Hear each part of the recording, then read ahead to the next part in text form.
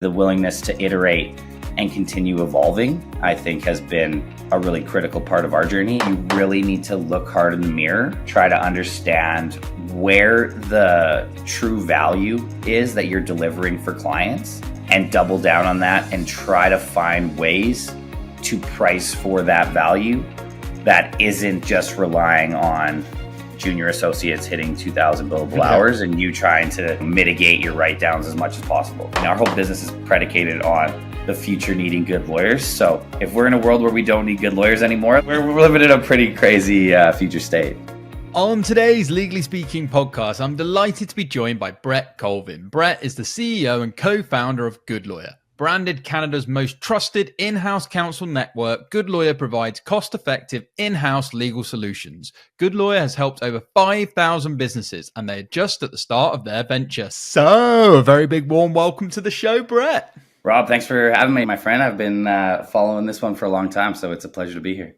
Oh, it's an absolute pleasure to have you on the show. And obviously you and I have collaborated on a few things over the years, but I'm really looking forward to today's discussion. And before we get into that, I do have a customary icebreaker question for you, which is, what is your favorite beverage and what is your preferred choice of footwear on a typical work day?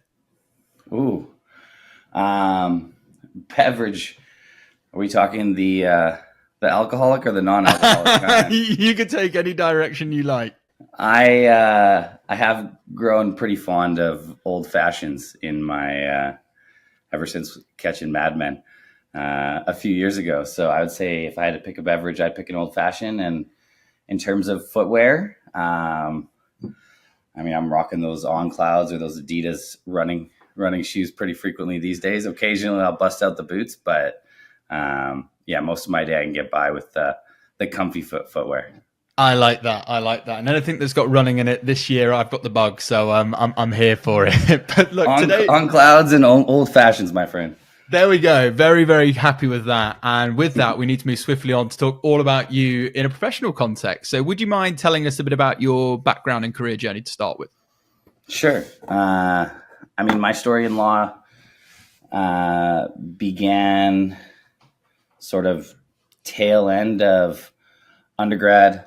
I was wrapping up business school, wasn't exactly sure if I wanted to start a business or where I wanted to take, my career next. And my dad had always really been pushing law school, and he was a stockbroker, and he was always pushing a slightly more conservative, safe path for me. And I wasn't totally sold on it, but unfortunately, when I was 22, he passed away pretty suddenly, and that really kind of put a halt on my big sort of world domination plans at the time. And going to law school was one of the things I'd been considering, and it certainly kept mama happy at that time. So I kind of stumbled my way into law school without a whole bunch of planning. And, from there, just got sucked into the rigmarole that is, on-campus interviews. That's what we call them, at least in North America. And, next thing I know, finishing law school, ending up at one of the big national firms, and spent about 4.5 years there before sort of getting, to be honest, I was getting a little fed up just because I couldn't really implement any ideas, have any sort of real impact beyond, billing the hours. And it was about, 4.5 years in, I was a fourth year associate when one of the senior guys in my group came in one day, slammed the door and said, "Brett, keep coming up with your ideas, just keep them to yourself." And that was kind of the final straw for me. So I spent the next 6 months, didn't leave immediately, but spent the next 6 months finding my co-founders, raising a little bit of dough. And in early 2019, made the leap, stepped away from the firm, and started Goodlawyer the next day. I love that. And there's always a moment, isn't there? And thank you for sharing that moment with us where that partner came in and said that for you, because, I say this a lot in my talks, you're not a tree, move. If you're not happy with that environment, it's very easy to really sort of double down on being unhappy. But you actually kind of said, you know what? Okay, fine. I've got more fire in my belly. I've got entrepreneurial flair. That's it. I'm going to do it. So let's move to that then. What sort of inspired you to co-found Goodlawyer? I appreciate obviously you were wanting to do more, but was there any real sense of inspiration that inspired you to go all in on Goodlawyer? I think for me, it's always come back to this lingering feeling in the belly, as you put it, that there was something broken, that there was something not quite right about the way that the firm was set up. And, for me, I think it was sort of the duality of both a lot of businesses not getting the services they needed, or, certainly in the early days of Goodlawyer, a lot of these smaller businesses not being able to access any legal services at all, coupled with the fact that when I looked around, I saw a lot of unhappiness, discontentment amongst the lawyers. And so for me, I was always kind of confused as to how can this feel sort of broken for both sides of the equation. And really that's what, was the seed of Goodlawyer, was how can we build a better bridge between clients and lawyers in a way that, gives lawyers more flexibility, more freedom, more ownership over their careers, allowing them to build more intentionally. And at the same time, how can we unlock these incredibly talented lawyers to service businesses in a slightly different way than they had been historically? I love that, because you come at this from a place of doing good for legal. And I just know the passion, and from knowing Goodlawyer, like the positive energy and the creativity and things that you put together. And again, don't be around drainers of your energy, be around radiators of your energy. And I think what you're building with Goodlawyer and the energy and everything you're putting is just really good for the broader industry. Okay. Well, it's funny you say that, because just one little more anecdote is I came up with the name and bought the domains in first year law school, before the firm, before I had any idea what Goodlawyer would be. And it all came back to this old coffee guy I had from business school. I stayed up at U of A for law school. And when I went back to see him, when I got back for law school, he was very jovial, this old Lebanese guy named Mo. And we got to talking. He remembered me, and we were just having this lovely conversation. And then he asked me, what am I doing back? And I said, I'm in law school now. And as soon as I said I was in law school, he just looked at me and he pointed and he said, be a good lawyer. Be a good lawyer. And it just sunk in. And I do think he was trying to touch on what you were just alluding to, which is, he wasn't talking about being a competent lawyer, I don't think, although that is important. I really think it was about, trying to be a good person and trying to do good in this world. So that really was, thanks, Mo, for the foundation of what would become this company. Absolutely. And I love that story, and shout out to Mo. And look, you and I were talking off air before we went live, actually. Entrepreneur's super easy, right? Entrepreneurship, no problems, never put out fires. It's a typical walk in the park, all of that good stuff. Of course, I joke, but let's get into the building of Goodlawyer, because what you've built today is incredible. But could you talk us through the process of building Goodlawyer and any sort of entrepreneurial lessons you've had from those early days to where it sits today? Oh, yeah. Lessons, so many. I'd say first and foremost, something that I've learned and something that has evolved dramatically over the course of Goodlawyer's history, and we've been building this thing for almost 6 years now, has been to deeply understand who your customer is, who your ICP, we call it, ideal customer persona. And for Goodlawyer, that ICP has evolved dramatically over time, from the early days where, we were really set up to facilitate fixed fee legal services, almost like an online Airbnb for corporate law for small businesses and startups, all the way to today where, the vast majority of the business is predicated on subscription services for in-house legal teams, ranging from sort of mid-size all the way up to the biggest enterprises that you can think of. And I think every step of that journey, really understanding who our ideal customer was, step one. And then the other piece of it is just this willingness to iterate over time and, follow the direction of your customers and, follow the polls. You can't listen to every crazy idea for features or something like that. But really the willingness to iterate and continue evolving, I think, has been a really critical part of our journey. And I think that's pretty common for a lot of entrepreneurs.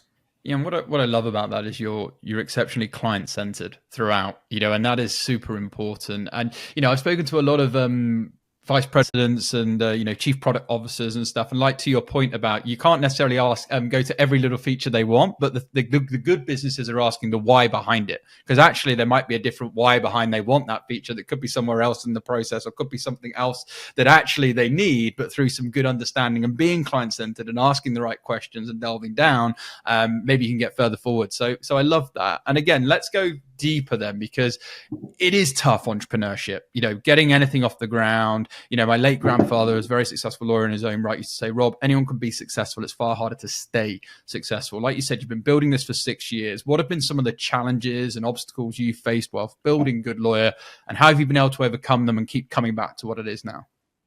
Yeah, I mean, I think at the end of the day, the most important thing is the people that you're building with. I said that as a company, we're extremely, customer oriented and, really trying to drive value and continue iterating, not getting sort of stuck where we are for the sake of it. But when I really think about like what a business is just a wrapping around a group of people with a shared mission or direction. And so, whether it was the early days when my original co-founder left the business to go back to private practice, he's now, very successful lawyer at a big firm, partner going through the traditional route. And, we're still on very good terms, but that was a really painful moment in the early days of the business. And, if I think back to that moment, the thing that kept me going and kept me so inspired was the fact that my other two co-founders didn't skip a beat. And, we were all sad to see him go, but at the same time, none of us felt like the journey was even close to over. And, it's impossible to predict as an entrepreneur, especially if you're trying to build this, highly scalable growth machine, where the future is exactly going to take you. Couldn't have predicted this AI revolution 5-6 years ago. But I do think that being surrounded by folks that share your ambition, share the general theme of the mission, and even ours has evolved over time. In the early days, it was making legal services more accessible. Today, it's to build the most desirable way to practice law, and has become just sort of obsessed around the talent in our network. I really do think that fundamentally having those people around you is what keeps you going, and is fundamentally what building a business is all about. It's bringing these good people together that share the mission, and you can build something greater as a collective than you ever could individually. And I'd say that's the secret sauce, my friend. I love that. And again, I talk about this very openly, that we is greater than me. If you surround yourself with good people, you come together, you can achieve hugely successful things. Just out of interest, when your co-founder left, did you say to him in jest, be a good lawyer? How much do you think you're keeping? Yeah, the honest point. Yeah, absolutely. And you're right though, but in business, the only constant is change, right? You do need to pivot, you do need to move, you do need to understand that things are going to happen. Yes, you can have the overarching mission or a mission to go to, but inevitably there is going to be change along the way. And I think if you have those good source of people around you, also you have talents, you have skill, all the mindsets, all of that good stuff, you can come through it. So, you frequently, and that leads quite nicely on actually, because you frequently share on social media about the growth, teams and talent at Goodlawyer. How do you go about attracting and keeping individuals who thrive in a culture that you're building today? You got to get them aligned, both with the mission, but also from a compensation standpoint. I'm a big believer in the power of, equity and sharing the pie with folks that are going to be really key to the journey long term, which, comes with it. It's risks for both the company and the folks that are jumping on, hopefully, the rocket ship. So that's a key piece. But I think fundamentally it's been about, who are we bringing on board? Why are they choosing to do this? Throughout the journey, just about every key player I've added to the team could be making more cash elsewhere. And so they are taking this, huge risk and material sort of personal sacrifice. And so they really have to be on board with what we're trying to do. They have to be, really forward thinking, and they have to believe that we can build something important, something that matters, and something that, is going to change the lives of, thousands of lawyers one day and ourselves. I would say that if I had one other sneaky sort of trick that we've used at Goodlawyer, it's been to bring on board a fractional psychologist that for the last 2 years has done, it's all opt-in from the team, but has done one-on-one sessions with just about everybody on the team. And then in a quite funny state of affairs, does group therapy effectively. We call it group coaching, but it's effectively group therapy with the executive team every 2 to 3 weeks. And that has been this insane unlock. I'm not sure if you've seen Billions, but it's kind of like my Tuesday Wendy Rhodes. And doing those sessions with the executive team has been extremely powerful, just in terms of unblocking interpersonal issues that can often quietly get in the way of progress. And I think also just allowed all of us as sort of people to grow and get more comfortable with being vulnerable and really striving for, what our guy says is assertive communication, which is sort of the Goldilocks in terms of not being too passive or aggressive. Really, it's all about, can you be an assertive communicator? And I think that's what Josh touched on a lot in his keynote at the summit. Yeah, and what I'm gleaming there is you genuinely care about your people, so you invest in your Yes. people, and that's rather than just values on a wall, you're putting things in place because people are humans, they do have emotions, they do have a life. Whilst yes, of course, we want them to come to work and give everything to Goodlawyer, maybe one day they just can't do that because life has happened. Let's talk through that. Let's be there. Let's support you. Let's see what we can do so we can get you the best out of you through this. I really admire that, and I love the word that you used there, belief. I remember just before starting one of my businesses, and just before even starting the podcast, I wrote BTA, which is believe to achieve. Like whatever happens, whatever gets chucked at me, whatever goes wrong, whichever fire I'm putting out, you've still got to believe to achieve, because once you get over the other side of it, it can be incredible. So I absolutely love that. And yeah, I guess this leads nicely to some more leadership lessons from your side, because what you're building is fantastic. But what's been the biggest leadership challenge in the legal tech industry right now, you think, for people that are trying to move the needle? I think it's trying to take stock of what's working and not getting overly excited or drawn into all the headlines. Obviously, legal tech wasn't even really a defined class of venture assets until hilariously recently. It was not in the dictionary, despite the fact that it is such an influential, like legal is so influential on our world generally. But it's definitely getting traction now, as I'm sure you're extremely aware. The VC rounds in the legal tech space, when it comes to the new sort of legal AI companies that are coming out, are truly jaw dropping. And there is definitely, I think a part of me and, I would say a lot of entrepreneurs in similar shoes to me, that is just like, can't help but notice it. And so I think, not getting too distracted by the buzzwords and the huge funding rounds, and really trying to stay core to our mission, not trying to like blind them out, but really trying to understand, where are our differentiators, where are our strengths, are there partners out in the ecosystem that we should be talking with to supplement the strengths that we have? That to me, I would say is the core challenge. I think, the team that we have is truly excellent and unbelievably committed. We are long past our Goodlawyer communist wages days. We're sitting in a very good place now, but I think just trying to stay focused and intentional with what we're doing, and not getting pulled into areas that are, exciting because we read a tabloid or we read a funding announcement. That's a real key part of what I'm trying to focus on going into next year, because I think we are on the right track. And, I think where we've come to build a brand in a very traditional market is not easy to do. And I just think we got to keep doing what we're doing, and hopefully we'll get a little smarter next year. Yeah, and it's an incredible brand that you have built. And I love that you talk about focus, because I went to an event maybe a couple of years ago, and one of the speakers, it just landed with me, I forget them now, they said, with the headlines everywhere, he said, the one smartest thing you can all do if you're running a business is be forensically focused.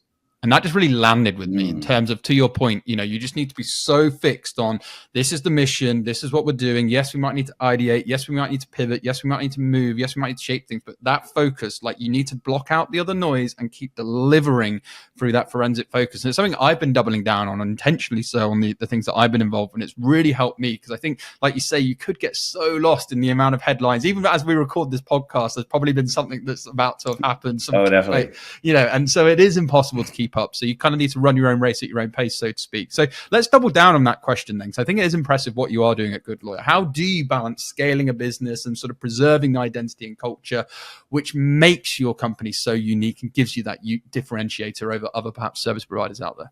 I mean, I think ultimately it comes down to, I've always had sort of a delegation lean, and I don't mean to sort of, you know, let the business run wild while I'm out hanging on the beach. Like, that doesn't happen. I can't remember the last vacation I took.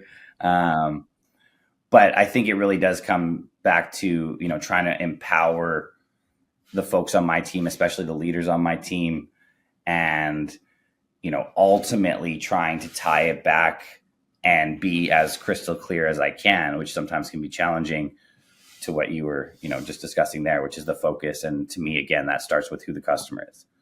And so, you know, I think it was 6-9 months ago where, you know, we've been serving in-house legal teams for a really long time, but we were also serving CFOs, you know, founders, and we were still spread very, very thin. And a lot of that was relics from, you know, where Goodlawyer came from. But it was, you know, 6-9 months ago where I stated very clearly, you know, a good example would be like events.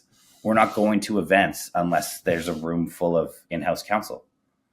And that's who we're focused on today. And so trying to provide sort of the casing of where ideas can live, which is within the sort of ICP bucket, I think has been, you know, probably one of the most impactful things that I've done, is just sort of drawing the lines and letting folks on the team play inside those, come up with innovations and ideas on how to drive further value for, you know, ICP, for these in-house counsel in that bucket, GCs in particular. But really, I think it is about empowering your team while being as clear as you possibly can be on who you're serving. And then ultimately, you know, I'm just constantly trying to connect the dots, remove sort of blockers, make sure that, you know, the left hand's talking to the right, constantly in the business. And yeah, I think just, again, pulling everything back to who are we serving? Why are we serving them? And the mission is a good example. You know, building the most desirable way to practice law really resonates with my team, and I think provides some clarity. And then the other thing that comes up in every all hands we have as a team, you know, we always have a slide or two, which is win the talent, win the game. And from that perspective, we're talking about lawyers that, you know, decide to start building their careers intentionally with us. And when you see the caliber of lawyers coming in the door that want to practice in a slightly different way, have a little bit more of that flexibility, freedom, control over their career, it's not hard to sell them because they're unbelievable. And so just trying to reiterate that to the team constantly, that if we win the talent, if we serve the lawyers that work with us better than anybody else, the revenue, the growth will come, because these lawyers are undeniable. And when you put one of these lawyers into one of these big enterprises to do, you know, a leave coverage, to managing an AI portfolio that nobody in that enterprise had, you know, experience with before, it's clear as day. And when you get the, you know, perfect good lawyer inside of a business, account management, retention becomes really easy because they're that good. They're that good of a fit. Again, I just love listening to how you approach things. And again, I love your way of sort of empowering people, because if you do empower people and you do give them that genuine empowerment, innovation thrives. You know, they'll come up with creative ideas, solutions. They'll really want to work hard for you. And yeah, like you say, really getting close to understanding what your avatar is. And, you know, sometimes it's better to be clear than it isn't overly clever. I think people try to be overly complex. And again, if you go out there and send all these various signals, you kind of lose your direction. So I love how you're doubling down on that. And I guess let's flip to the other side then, away from in-house counsel just for a minute, because you've worked in a law firm and probably have views on this. I want to talk about law firm risks. What do you believe is the biggest risk for traditional law firms failing to keep up with the current times, particularly when I'm referencing sort of technology and innovation? Yeah, I mean, I think inertia is what will ultimately kill law firms that, don't make a conscious effort to adapt and try to do things differently. They've been, I know it is a little bit of the situation of like the boy called wolf, and, the boy in this case is like society yelling at firms that the billable hour is going to die, that automation is going to take over, because it truly has been getting shouted at firms since I entered the profession, over 10 years ago. I do think this time is different. Yep. I really do think that the power of these new tools truly is going to put more pressure on the traditional, billable hour business model, just the way that firms are structured, the leverage model that I don't think is going to survive in the same way that it exists today. And so when I'm, if I was consulting with firms, which I am not, I would say you really need to look hard in the mirror, try to understand where the true value is that you're delivering for clients, and double down on that and try to find ways to price for that value that isn't just relying on junior associates hitting 2,000 billable hours and you trying to, mitigate your write downs as much as possible. Yeah. Because I do feel like the firms that just, and this will likely be a lot of them, just ride that inertia to the very end, will ride it off a cliff. Yeah. I do think that there will be fewer big firms in 10 years than there are today.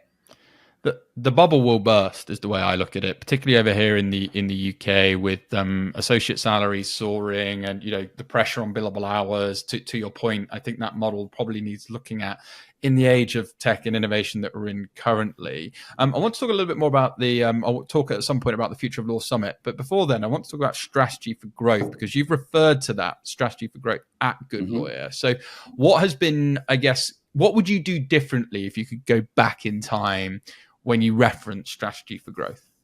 I would have found Chad sooner. Yeah. Our chief commercial officer. And I would have isolated that ideal customer persona a lot earlier. I think one of the sort of magic moments for me when we, after 5+ years sort of made our way all the way up to the top of the chain and started serving, these small to very large in-house legal teams, was this moment where I realized because at the end of the day, we have a marketplace business model. I've got, close to 500 lawyers on the supply side of the business, and then, hundreds of clients on the other side, or our customers on the other side of the business. And ultimately, we're building tools that help us and help the lawyers manage all of these mandates simultaneously. But ultimately, we're delivering value to the customers by embedding these incredible lawyers inside their business. And the magic moment for me was when I realized that for the first time ever, our ICP on the supply side looked a hell of a lot like our ICP on the demand side. And, stealing a line that Chad likes to use, when we're trying to sell to the GC of this big enterprise, one of the things we often say, because it's so true, is like, what if you could hire you today, or hire you 5-10 years ago? But what if you could hire a version of you? Because obviously, if we're talking to the GC of the big enterprise, they've been incredibly successful. They're a damn good lawyer, no doubts about it. And really it is like, can we embed a lawyer just like you from whatever stage of your journey you're looking to add to your team right now? And, when you have two sides of a marketplace that you're trying to service, it is like the most complex sort of business model, because you're never sort of focused on one persona. You inherently have to be focused on multiple personas, which then like strains your resources and pulls you in different directions. But now that we've moved up market and our core customer are these in-house legal teams, it really is like, it's been so simplifying for the business, because when we throw the Future of Law Summit, we're inviting our customers and we're inviting our good lawyers. When we host a dinner, everybody has, been at the same law schools, worked in similar environments. Everything is so relatable. And it's also why there's so many, former in-house lawyers on like Goodlawyer HQ team, because we all get it. We're all living in that sort of same world. And frankly, that's an area where, I have to lean even more heavily than ever on folks like Chad, like Pauline, like Josh on my team, who have been in the lawyer's shoes longer than I was. Because I really resonate with those folks that have that little crazy founder energy. And that was really important in our early days when we were selling to founders. But that energy is a lot different than, the 45-year-old in-house lawyer who's trying to figure out how to run her team and manage soccer practices and do it all. And so I'd say that for me has been, like I said, kind of like this magic moment in the last 6 months or so, where it was like, oh my God, this all just got so aligned. We're able to double down in a way that benefits both sides of our marketplace equation, and has been a huge boon for the business, coming back again to just like focus. What are we doing and who are we serving? Yeah, and I love the lessons you shared there. And I would just give a shout out to Chad Abood. Folks can actually go and listen to his episode. He featured on the show a while back now, but still so many lessons in there. And he's just a great guy and doing good things, obviously, for you over at Goodlawyer as well. And yeah, to your point, again, inch wide, mile deep, really understand that marketplace and your core avatar that you're trying to service. I love that. And yeah, you've just been really good at executing it. It has to be said. And I'm excited to see how it continues to go from strength to strength. I want to talk about another interview that you had now around sort of, again, looking at new career paths and, journeys ahead, because in your Avenue magazine Calgary, you share the biggest impact we are having was on changing the lives of lawyers that we were working with by giving them this totally new sort of career path that didn't really exist before. So tell us more about the new career path and why it's becoming even more prevalent, particularly nowadays. Yeah. So, since that article, the business has continued to evolve a little bit, but what I would have been referring to is, a portion of what we do today, which is this ability to build a fractional portfolio as a lawyer, where I would say it fits sort of in between the full-time in-house roles. All the lawyers that we're bringing into the network these days have been in the in-house chair. I think that's really critical and what really differentiates us from, a big firm secondment where you get a highly capable lawyer, but someone who's never sat in the in-house seat before, which looks a lot different than the private practice seat that, I started my career in. And the ability, for a lot of these lawyers to build something that is very material from a compensation and sort of purpose perspective, like challenging work, good compensation, but isn't all or nothing, as it would be certainly in the case if you're pursuing, partnership in a big firm. And likewise, if you're, continuing to sort of march up the ladder within a large enterprise on the in-house legal side of things.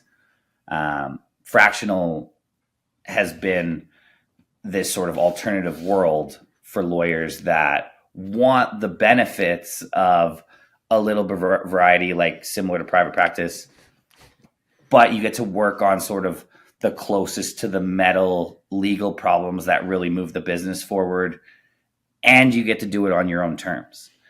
And I think, one lawyer that just jumps to mind immediately is this woman who, has been with us, I don't know, close to a year now, I believe, in the Goodlawyer network, Sherry Hozaki, who, prior to Goodlawyer was the GC, if I'm not mistaken, of Indigo Canada, and then was the general counsel of Cadbury UK. She was the chocolate queen. Yeah. And, Sherry can do anything she wants. She's not that late in her career. She really could do anything she wants. And she chooses to work with Goodlawyer because that's what she wants. She wants the flexibility to work with a couple sophisticated clients, but still have time to spend with her family and travel.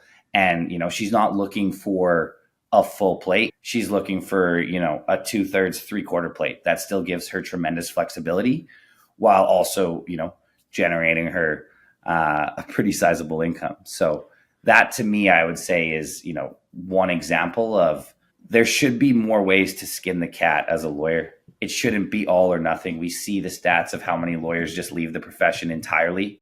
Yeah. I know how challenging it is for lawyers just to stand up their own solo shop and attempt to do this fractional thing on themselves. And that's really where, Goodlawyer originated, and where we continue to go is how do we facilitate these lawyers who want to build more intentional careers, which could be full-time. It could be covering leaves so then you get some new variety next year, or it could be building this portfolio fractional practice. I'm not too fussed. If any good lawyers are listening that want to build their careers more intentionally, this is the place to do it. Today's episode is brought to you by Clio. Are you frustrated with your current legal management software? You're not alone, and thousands of solicitors across the UK feel your pain. However, the hassle of moving all their existing client and case data holds most back from switching, prolonging the frustration. Clio is here to help. Their dedicated migration team will be with you every step of the way while you transfer your information, and if you have any questions, you'll get award-winning support available 24/5 by live chat, phone, and email. So help is always there when you need it most. It's no wonder Clio is consistently receiving 5-star ratings for its ease of use and top-notch service. If you're ready to leave frustration behind, visit clio.com/UK to learn more and see why Clio continues to be the go-to choice for solicitors across the UK. Now back to the show. Look, I've sat on panels this year. I've been very fortunate to speak at the Festival of Entrepreneurs, which is a large entrepreneurial event over here in the UK. And one of the co-founders and founder of an organization called Connected said a great line, which is the future is fractional. I think it's so true. You look at that because intentional and, time is our greatest commodity. It's the one thing none of us can get back. We can all make more cash. We can all go out there and make things happen. But protecting your time and actually delivering on those moments that maybe you've had to forego before, maybe it is going to see a relative or a spouse or whatever it might be. That time is precious, and so having this fractional opportunity now, it means you can play the game on your terms. I think that's super exciting, 100%. And I think that changes the game completely. And I think it's awesome why Goodlawyer exists, and you're giving these options to people so they can have really enriched, and they also don't suffer from burnout and all the other things that we've seen, which have been real issues over the years as well. And yeah, I also just to touch on that for a second, I also think that it really aligns with a lot of the technology advances that we're seeing. Like when I think of what AI, just to put that out there, is going to do to the legal industry, it's very hard for me, and I know that a lot of the firms are already struggling with this, to see a world where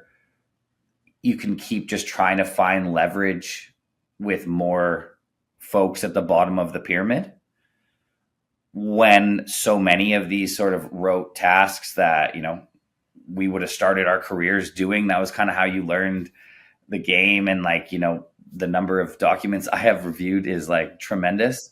But it's really hard for you to imagine, a world 5-10 years down the line where we haven't automated those tasks away, because clients, especially the big, juicy enterprise clients with tremendous leverage in those conversations, are demanding it.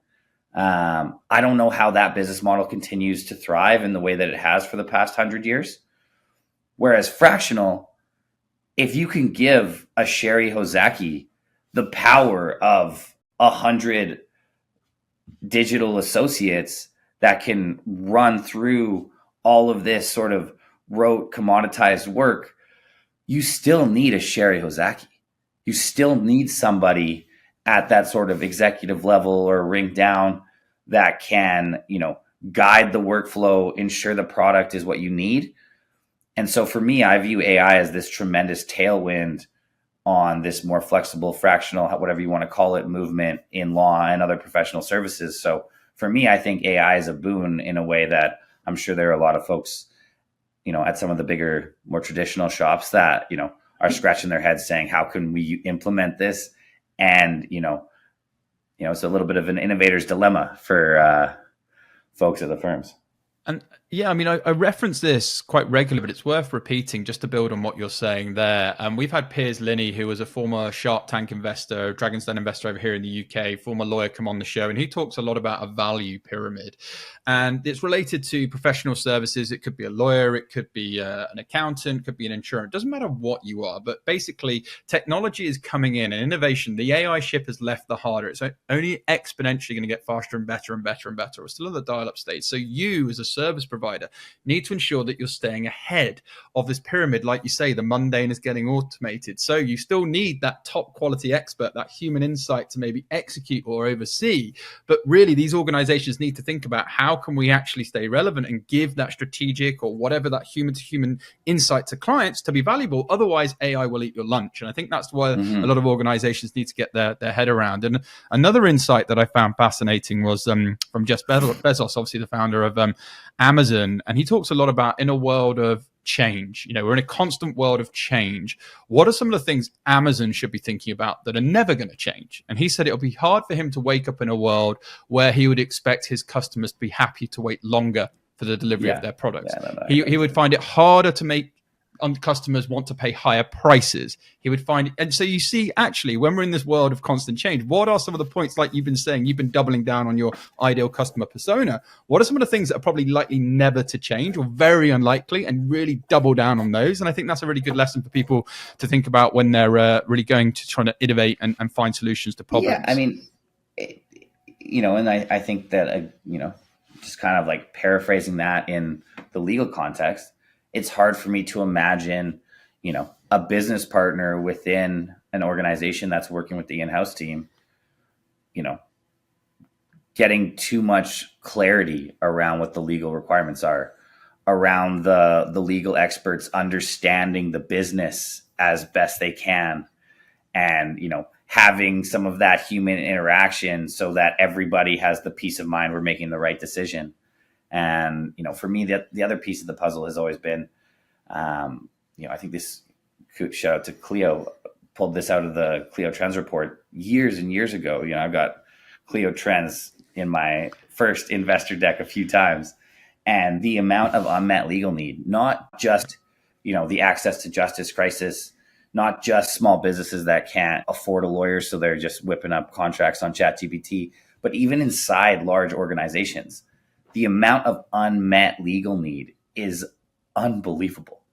Like, there's so much more legal support and guidance and risk assessment and all of these things that can be provided inside even the largest organizations. And, to the Bezos point, like, no business partner is going to be upset that they're getting more clarity and have a better sort of, a greater belief that their legal partners understand the true business and what's at stake for, the bottom line and also the people there.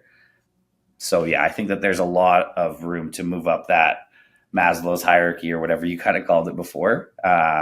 So I'm not worried. I mean, our whole business is predicated on the future needing good lawyers. So, if we're in a world where we don't need good lawyers anymore, like, okay, we're living in a pretty crazy future state. Yeah, well, that leads nicely. And I did say we'll talk about it to the Future of Law Summit, which I think is absolutely fantastic. You hosted it once again this year.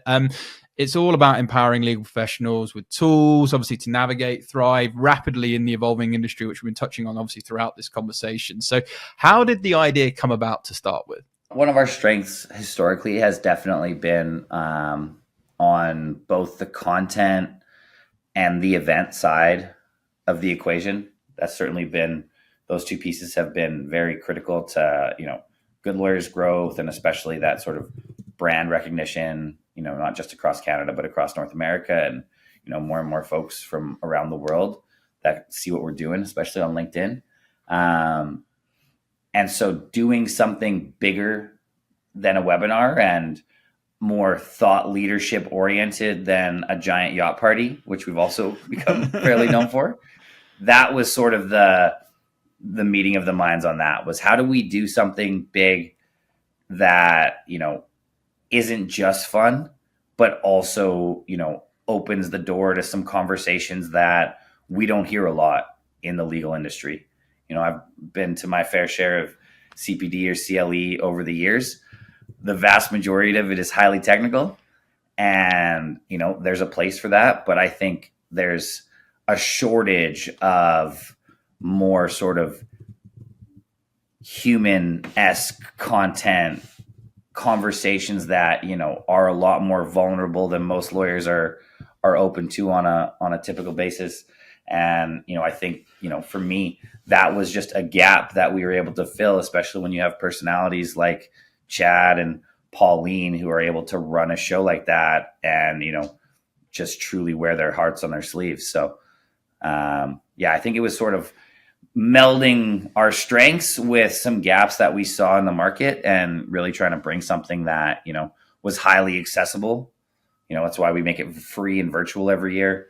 But also very meaningful for folks that, participate and tune in. Yeah, and you deliver on what I call to people when I speak to a lot of people is about CC, constant community. I think the community that you're building with Goodlawyer through everything you're putting on, it's just authentic. Like I had the pleasure obviously being involved in this year's 2025 Future of Law Summit and listened to many of the sessions before me. And these are very accomplished professionals that maybe 10, 20 years would not be sharing so vulnerably or openly about some of the challenges, some of the frustrations. And I think it's so much richer for it that you put on these safe spaces where you allow people to authentically share. I think the level of innovation, the level of, and I think I even said it in my talk, maybe we're drowning in information, but craving wisdom. The amount of wisdom that's shared through the Future of Law Summit and what you're putting on is tremendous. And so I'd encourage people to definitely check it out. Was there a favorite moment for you this year for the Future of Law Summit? I think there was awards. Tell us a little bit more for folks who may not have been able to sort of get around it. And is there going to be one in next year as well? Yeah, I mean, we did have the Future of Law Awards for the first time, our inaugural Future of Law Awards. And that was the in-person component following the summit where we celebrated 5 outstanding in-house lawyers. I mean, we had probably about 15 to 20 finalists there in person in Toronto, all exceptional. And, we brought on an independent, also highly distinguished board of, GCs from across the country that, were the ultimate judges to vote on these awards. So unfortunately, I could not move the needle on those at all. But it really was a special night just celebrating in-house leadership across a few different sort of spectrums, ranging from community builder to, most innovative legal team of the year. And it was very inspiring and also quite enlightening to hear the stories of these folks and what they're doing inside of their organizations and in the legal community at large. And yeah, it gave me a lot of belief on, where the profession is going, because, I don't know if it's sort of standard or par for the course across most organizations yet, but there are some that are sort of out in the lead when it comes to innovation, and they are truly moving the needle for their businesses and their teams. And I think, case in point, like the future of law is very bright as far as I'm concerned. And if there's any law students listening, like I wouldn't be freaking out about AI. Like I think that there's going to be a great future of law for folks coming into the profession now that probably, doesn't involve weeks of doc review, which I think would be really nice for folks coming up. Yeah, exactly. They get to get involved in some of the stuff that perhaps many before them really didn't want to do so much of. We've touched on it, but I want to ask more about it because it's so important now, particularly as a business. It's just social media. Because how are you utilizing social media platforms like LinkedIn to show what Goodlawyer is all about? LinkedIn is pretty much the only one that I would say that we're using on a regular basis. And, fundamentally, I think one of the advantages that we have are, a lot of organizations might have one voice, often the CEO, who's sort of sharing their story and talking, about what's going on in the company or the organization. And, we've got a lot more voices than just mine. Yeah. I am certainly a very loud one on LinkedIn, but, we've got 4, 5, 6 people that are telling the story from, different perspectives with different leans. And, I'm not sure if you ever saw the show. I think it was on Netflix. The Playlist. Did you ever see The Playlist? I didn't, but I feel like I need to. You got to check out the Playlist. It's the Spotify story. Oh, okay, nice. But it's the Spotify story from 6 or 7 different perspectives, one of which is the first lawyer at Spotify. And every episode, it sort of follows the path of a different character in that story. And, that was a discrete sort of 7-episode series or something like that. But I feel like, Good Lawyer on social media is somewhat similar, just more ongoing in the sense that you keep seeing different parts of the Good Lawyer journey, the mission, what we're up to from slightly different characters. And so, it kind of gives you a more holistic perception or feeling about what what Good Lawyer is all about. That isn't just, one crazy founder who, took his ideas elsewhere. So I think that's what's really special about, our brand journey, especially on LinkedIn and social media more broadly, is you get to see the Good Lawyer world from a few different vantage points. Yeah. And that's what makes it so authentic. And, I love the stories that are shared, again, facts tell, but the stories really do sell and connect. And I think, you've also done a recent post, which is, I really liked actually. It said, it's wild, because I think it's so authentic and true. It's wild how isolating this role can feel, even at the top. So what's the meaning behind your post, and how can individuals feel less isolated when managing a business? I'm putting so many out. I'm trying to remember that one in particular, but that line. I think ultimately, if you're the CEO or the managing partner, whatever, if you're ultimately the buck stops with somebody. Yeah. And one of the problems inside, traditional large law firms is too frequently the buck actually doesn't stop with anybody. It's like a collective buck, and that's what makes decision-making so problematic or challenging. But inside of a corporation, the buck stops with somebody. In the case of Good Lawyer, the buck stops with me. And, what that means is sometimes you have to make really hard decisions, and there's no one else in the room, in the world, that can make that decision for you. Ultimately, you have to make that call. And, I think that's just part of carrying the weight of this seat. And, if you want to build something remarkable, you have to take ownership and responsibility over those really critical decisions. And, I think fundamentally being sort of the engine and the energy, the promoter and the, perpetual optimist is my role as CEO, coupled with the fact that, from time to time I have to make really hard decisions and no one else can make those for me. And I think the way that I sort of manage that is having a very close relationship with my key execs. And, very few decisions, next to no decisions I make are made in isolation, even if I have to make the final judgment call. And then surrounding myself with other founders and advisors, most often informally, that I can bounce ideas off of and collect as many data points as I can before making a big decision. Because I think, for me, I'm always yearning, and, listening to your podcast has been a great way for me to do this as well, for expedited learning. And there's very few decisions that I have to make that are so different than a decision someone else has made before.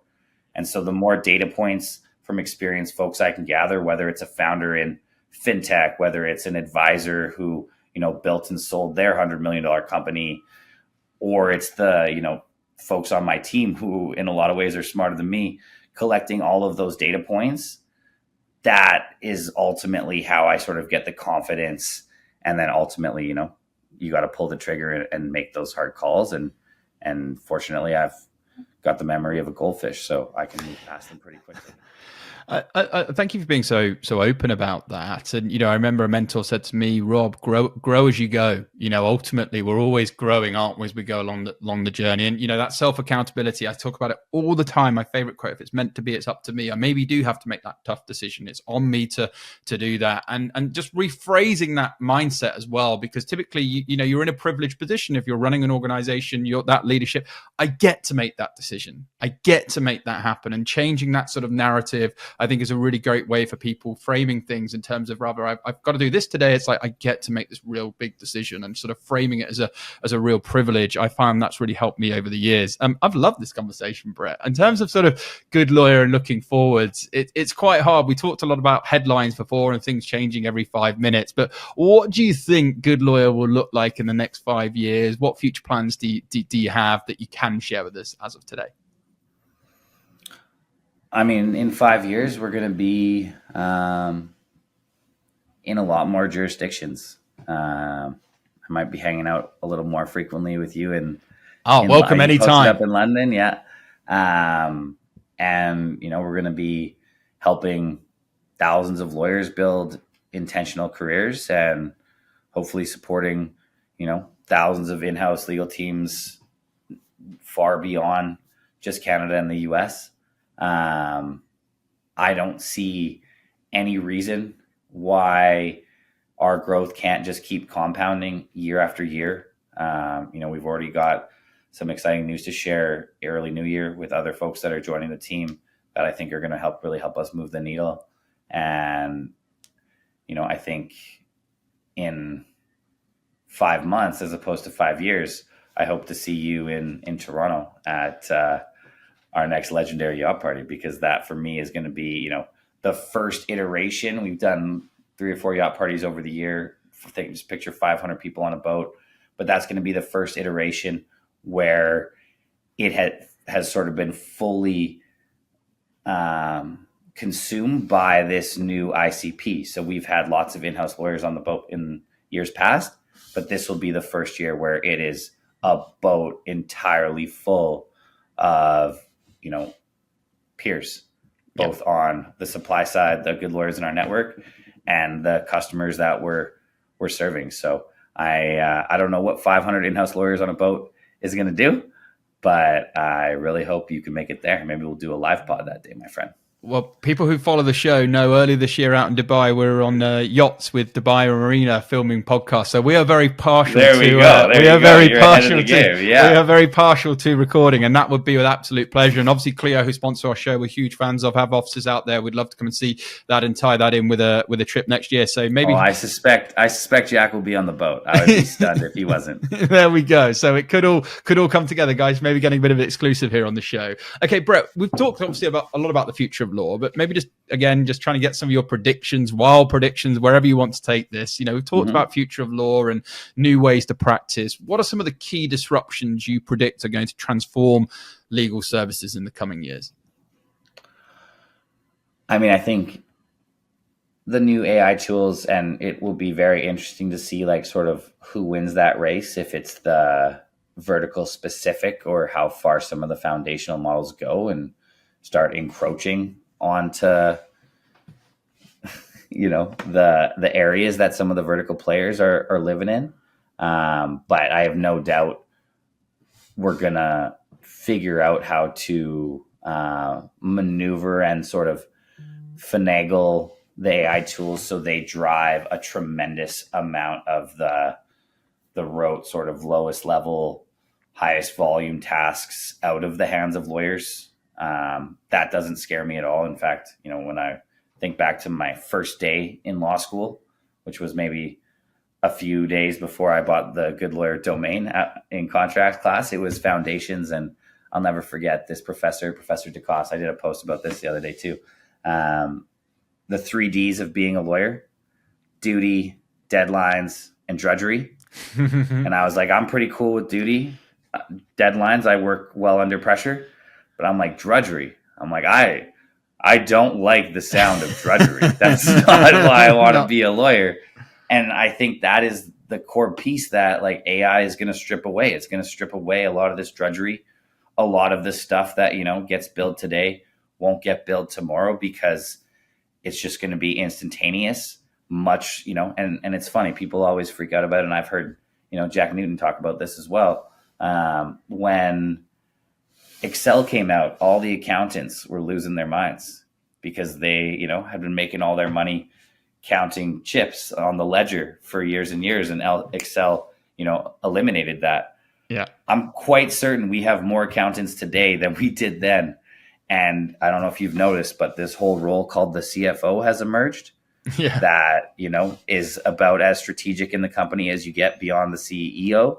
And I view a future where, the CLO takes their rightful place in that same sort of hierarchy, where they're not like reporting into a CFO, but they're adding like unbelievable strategic value in, with that legal lens, but far beyond it, because, law school taught us the law, but I think first and foremost, it taught us to be really sharp, critical thinkers. And I don't know, last time I checked, it's harder to get into law school than it is to business school. So I feel very sort of bullish on where lawyers can take their careers in the future with inside large and small organizations.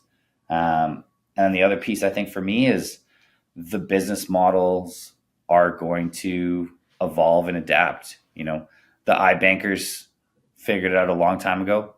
They've been taking points for a long time, working, I would argue, maybe harder in a moment, but less hard over the duration of a year than, their compatriots at the corporate law firms that are working on the same deals. And I know for a fact that the iBankers are making a lot more dough taking points and a little bit of risk than the corporate legal folks are making on paper in the deals. So I think that, people are very worried that losing billable hours will be harmful for folks inside the profession. I completely disagree on that front. I think selling time should always be a backup to a less creative option. We should always be striving for more creative ways to value and sell the services, the value we provide as professionals. And I think that value-based billing will become more and more prominent as the years go by. And, you heard it here first. I think that in 5-10 years, there will be fewer big firms. In Canada, we saw one of the biggest firms in the history of Canada explode. I almost went there to article, Heenan Blakey, and it was gone. There's a book about it. It was gone within a week or two after, some internal grumblings, and there was effectively a run on the bank. And I would be stunned if that doesn't happen again in the next 5 to 10 years, because ultimately the traditional firms are a lot less sort of secure foundationally. I wouldn't describe it fully as a house of cards, but there are links that can be pulled out that can be catastrophic incredibly quickly. Like when I think about what a firm is, ultimately it's a collection of very smart, hopefully, individuals and a brand that is a bit of an umbrella on top of it. And that's it. And I would encourage firms, that are tuning in to think about ways to make their business and, the folks inside of it stickier for the long term. And I think getting ahead of a lot of these waves, partnering with organizations that do things a little bit differently is going to be imperative. And we'll probably see that from the leaders, because I also think there will be big firms in 5 to 10 years. I just think that they'll be more dominant and fewer in number. Yeah, and again, I love that you talked about value-based pricing. We've had a few people on the show really double down on that. Sean Jardine, I think, gives a great analogy of this, who's one of the guests we've had on, who's wrote books on this. Imagine you've got toothache. Would you rather, pay more to get the relief quicker, or would you rather pay less and wait longer and stay in pain? It's the same service. It's how it's viewed. It's how it's presented. It's about a menu of options. It's how you position things. It's how you really understand and meet your clients where they're at. And if you can position things cleverly, I think you'll do super, super well. This has been an absolute master. My final note on that, and then I'll shut up, my friend, is what value-based pricing and just like the move in that direction, what it requires, and what our profession has historically been so unreasonably adverse to, is taking some risk. Yeah. That's what it requires. You are the expert. Even when the first version of Goodlawyer, when we started the fixed fee legal services market, and, lawyers told me there's no way I could fix fee a job. It all depends. I could never do it. And then, I say, well, would you do a shareholders agreement for $1,500? And they're like, absolutely. I'm like, we just did it. You just took on a little risk as the service provider, the expert. You gave the client price certainty because they're not the expert. You now have an incentive to drive that value more efficiently. Everybody wins. So I think, if there was one takeaway, the future of law requires lawyers, requires our profession to own a little more risk. And I think that's going to be good for everybody. Yeah.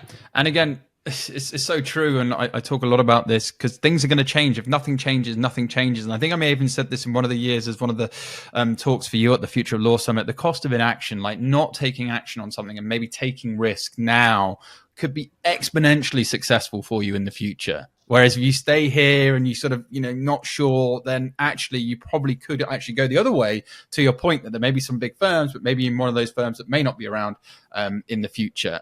Love it. Okay, one final piece of advice, Brett. What would you say to those interested in learning more about a career in-house within an in-house legal team, given where we are today? Get on LinkedIn. Start reaching out. Take a little risk. Take a chance. Get outside of your comfort zone. Slide into my DMs and say hello. And, I'm always happy to chat with folks or point them in the right direction. So I would say, get out of your comfort zone, take a chance, and reach out to the people who inspire you or who you want to learn from. Because, if you're not going to reach out to them, no action leads to no change. Yeah. The answer is always no if you don't ask, right? And I think yours is saying, exactly. Go ahead and shoot your shot. I say it all the time. Shoot your shot, baby. Yeah, shoot your shot. You're one contact away, potentially away from changing your life. That could be an employer. It could be going to work for Goodlawyer. It could be getting connected through someone in Brett's network. It could be whatever. It could be a mentor. It could be a business partner. It could be anything. Loved it. Brett, if our listeners, which I'm sure they do, want to learn more about you or indeed follow the Goodlawyer journey, where can they go? Feel free to share any websites, any social media handles. We'll also include them in this very special episode for you too. Yeah, you can, if you want to check out the summit recording, just go to summit.goodlawyer.ca. If you're an in-house lawyer that's interested in, building an intentional career, fractional or otherwise, check us out at goodlawyer.ca. And, for anybody that just wants to have a conversation, you can find me on LinkedIn, Brett Colvin. Simple as that. Well, Brett, thank you so much for today. It's been an absolute blast having you on the Legally Speaking podcast, finally, sponsored by Clio. Wishing you lots of continued success with building out Goodlawyer and indeed all your future pursuits. But for now, from all of us, over and out. Thank you for listening to this week's episode. If you like the content here, why not check out our world-leading content and collaboration hub, the Legally Speaking Club, over on Discord. Go to our website, www.legallyspeakingpodcast.com. There's a link to join our community there. Over and out.